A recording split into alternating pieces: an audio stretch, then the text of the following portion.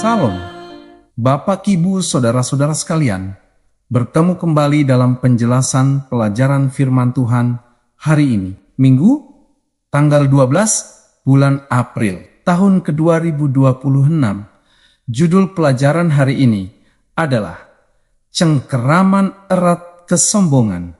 Bapak, Ibu yang terkasih, kesombongan adalah suatu sikap hati yang seringkali tampak sederhana, tetapi memiliki dampak yang sangat dalam terhadap kehidupan rohani manusia, karena ia membuat seseorang merasa lebih penting, lebih benar, atau lebih unggul daripada orang lain di sekitarnya. Ketika seseorang mendengar kata kesombongan, bayangan yang muncul biasanya adalah sosok yang angkuh, berkuasa, atau penuh kemegahan. Padahal kesombongan dapat hadir secara halus dalam pikiran dan sikap sehari-hari. Kesombongan bukan hanya terlihat dalam tindakan besar, tetapi juga dalam cara seseorang memandang dirinya sendiri dibandingkan dengan orang lain. Hal ini, Bapak, Ibu, menunjukkan bahwa kesombongan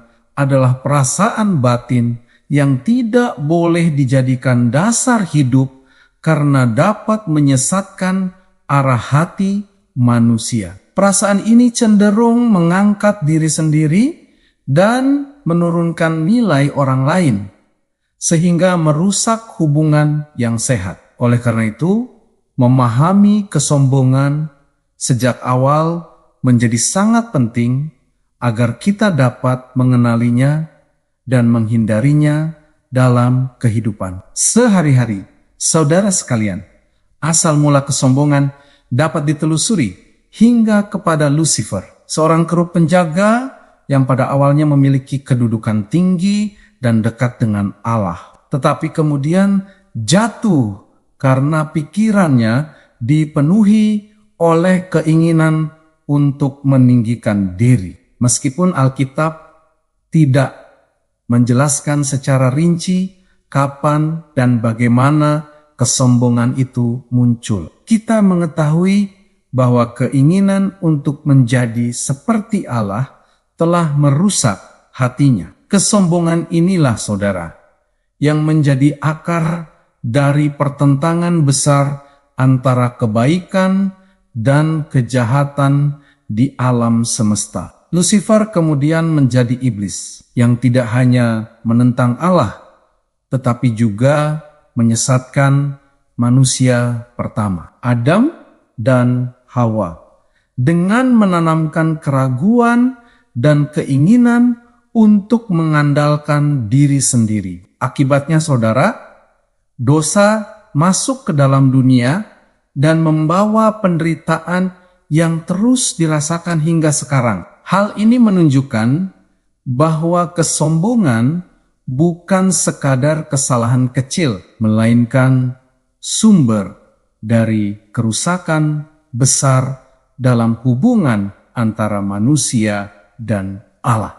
Bapak, Ibu sekalian, dalam kitab 1 Yohanes 2 ayat 15 sampai 17. Kita diajarkan 3 hal penting yang berkaitan dengan kesombongan dan cinta dunia, yaitu keinginan daging, keinginan mata, dan keangkuhan hidup. Keinginan daging merujuk pada dorongan untuk memuaskan diri sendiri tanpa mempertimbangkan kehendak Allah. Sedangkan keinginan mata berkaitan dengan rasa iri atau keinginan memiliki apa yang dilihat. Bapak, Ibu, keangkuhan hidup adalah bentuk kesombongan yang paling nyata, di mana seseorang membanggakan apa yang dimilikinya seolah-olah itu berasal dari dirinya sendiri. Ketiga hal ini menunjukkan bahwa kesombongan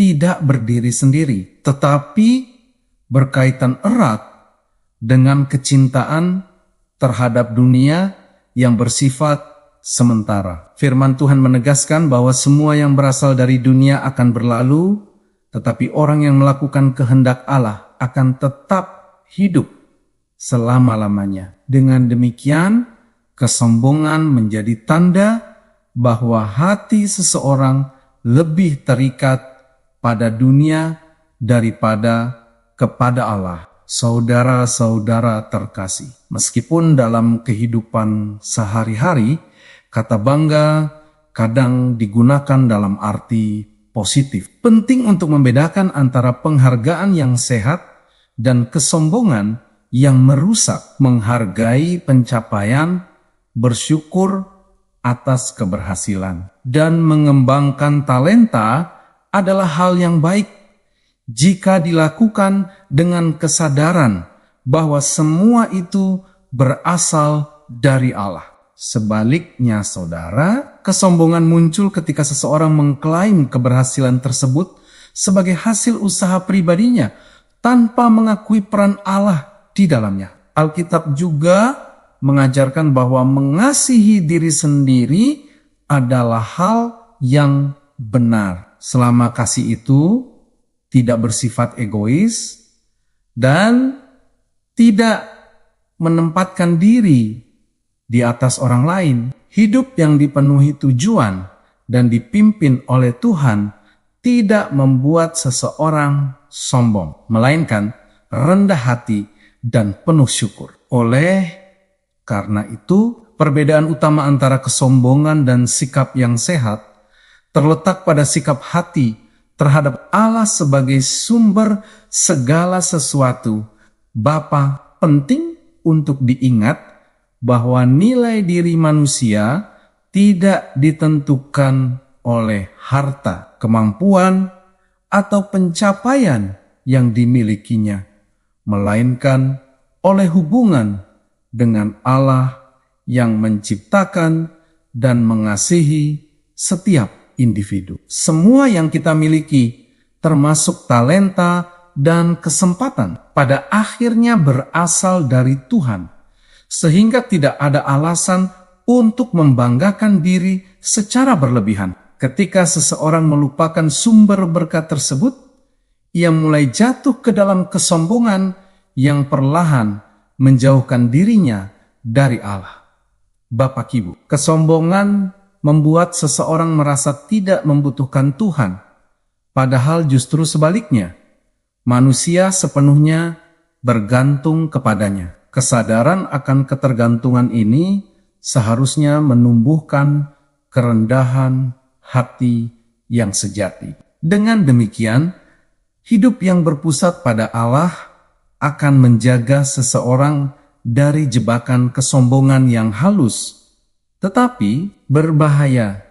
Saudara yang terkasih, setiap orang perlu secara jujur bertanya kepada dirinya sendiri tentang tingkat kesombongan yang mungkin masih ada dalam hati. Karena kesombongan seringkali tersembunyi dan sulit dikenali. Pertanyaan ini penting karena kesombongan dapat memengaruhi hubungan kita dengan Allah, membuat doa menjadi hambar, dan mengurangi kepekaan terhadap kehendaknya. Selain itu, kesombongan juga merusak hubungan dengan sesama, karena menimbulkan sikap merendahkan, tidak mau mengakui kesalahan, dan kurang empati. Dengan menyadari keberadaan kesombongan, seseorang dapat mulai mengambil langkah untuk bertobat dan berubah. Kerendahan hati bukan berarti